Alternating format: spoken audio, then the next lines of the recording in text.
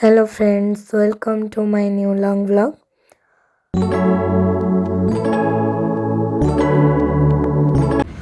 Hello guys, तो आमने धौलीगिरी जाइथिलु जोटिकी बुद्धदेवंकर शांति स्तूप अच्छी।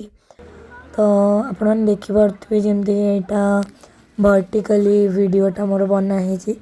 तो कौन करवा सबकि हराइजेंटाल वे बन नी तो से सो जमीक आपण देखिले फर्स्ट एंट्री करू कि किणाकिणी कलु। तो तापर आखुरस टिके पीलु समस्ते पी सारिक आम मिसिक गलु ऊपर को माने जोटी बुद्धदेवंकर बहुत सुंदर सुंदर स्टैच्यू अच्छी। आ भितर लक्ष्मी नारायण मंदिर भी अच्छी।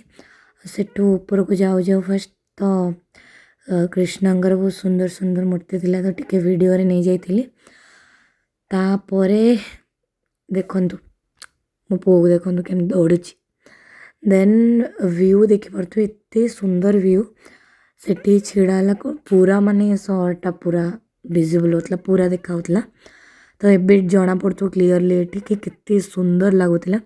इच्छा तो थिला रील्स माने बने परथांदे रील्स वगैरह लेकिन मोड एते नथिले सिना बने नॉनसेंस मो बो बाहर की पड़ेगा दी पटू पूरा ये कर छोट माने कम कम छुट्टी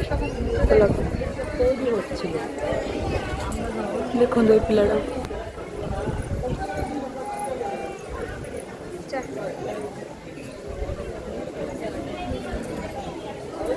आओ देखंतु केते सुंदर व्यू समस्त फोटो उठार ही बिजी बहुत एक्चुअली बहुत ही सुंदर व्यू।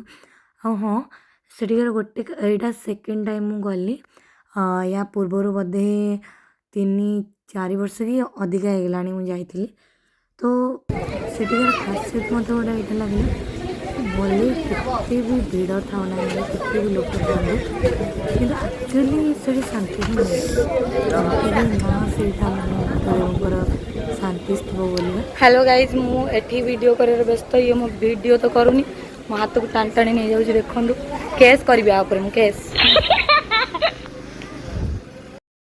तापर सेठू आम तल को मंदिर आड़ को गलु गोटे गछटे थी बोध हुए से मानसिक करती जी मु जानी देखिकिना से जहाँ भी बंधा होता। तो बस देखु आ एंजॉय करंतु आदि भल लगे तो लाइक शेयर सब्सक्राइब निहाती करेंगे। Keep support guys and keep love. Thank you for watching.